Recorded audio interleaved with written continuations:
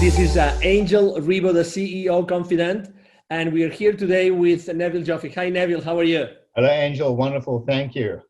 So Neville Joffe, as you probably already know, he's an author, he's an executive educator, and he's been teaching financial literacy and business mastery for more than 25 years to more than 20,000 people worldwide for these very, very large corporations.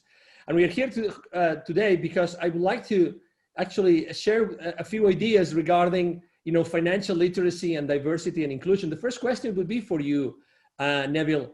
You've been teaching, basically, you've been helping companies, business operators and executives how to be aware of the financial implications of their business decisions. Why is that important, Neville? Angel, shareholders and investors in corporations have a certain vision about what they want to see in return for their investment. And it may surprise a lot of people to know that investors in large corporations in particular don't really care that much about what the company does. I mean, you think about people who buy shares in a wine company or a beer company may not even drink wine or beer. So it's not really about the product, it's about the return they get on the investment. And to that end, everyone in the organization needs to understand the financial implications of what they do and how they link or how they align, if you will, to what shareholders expect from their investment. Because people tend to work in silos. They need to see the bigger picture and understand how to join all the dots between what they do and what the shareholders see in their financial statements. So I remember that, one of the many things that, by the way, people, they might not remember or know is that you actually were leading an organization with 400 unionized employees. And those employees were from so many different countries with so many different orientations. What did that role, that diversity on your company, what role did it play in your company? Wow, Angel, in those days, we didn't even know the word. I'm going back more than 25 years. In fact, close on 30 years when I started this. We'd never heard of the word diversity. We'd never heard of the word inclusion. It's just something that some people did or some people didn't do. There was no legal requirements, anything in those days. There was not even an awareness of it. And this company that I bought into was going through some financial challenges. And in those days, we were dealing with double-digit inflation. We were dealing with NAFTA, huge price pressure and demand from the market. Pricing from the market was demanding that prices come down while costs were going up. It was really, really tough to stay open in those days. So what I did was I opened up. I went to a financially transparent environment. Now, keep in mind that we had every nationality imaginable. We had a rainbow, if you will, of employees in this organization, every skill set imaginable. So what I did was I went to a financially transparent organization, and I did a deal with our union. We were a union shop, whereby I said to the union, look, I have a belief that nobody washes a rented car. There's no sense of ownership. And it's important that people feel a sense of ownership.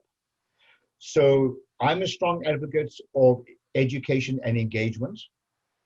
I educated these people to understand the financial implications of what they did, use very simple methodologies like tearing up $20 bills when people messed up, and people used to freak out. I said, why are you freaking out? You do this every day. I got their attention. But I started using some very unorthodox methods of teaching business literacy, gave them, people work better when there's something in it for them, right? And I started involving them in decision-making because all their skin in the game. But the whole notion of inclusion, in my view, shouldn't be inclusion for the sake of inclusion. This should be the sake of inclusion with a bigger purpose.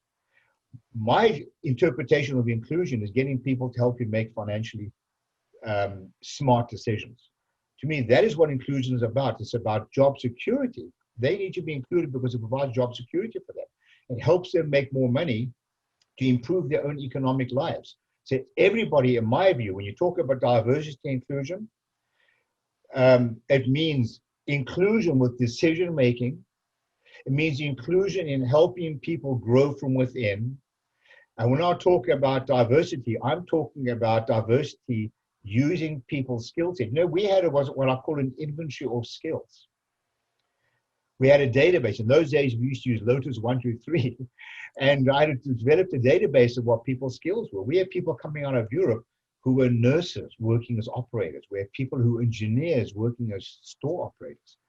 And we tapped into these resources. It was magnificent.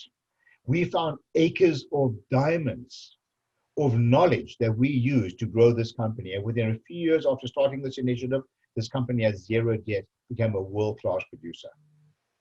There is something else I'd like to add, if I may. Absolutely. While it's in mind.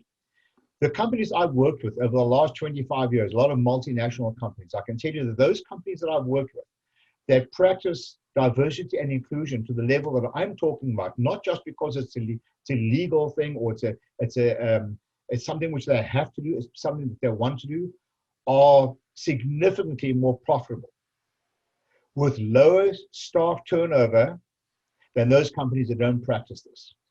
It's blatantly obvious with those companies that I've worked with. I was going through actually the list. Neville was kind enough to share with me the list of his former clients.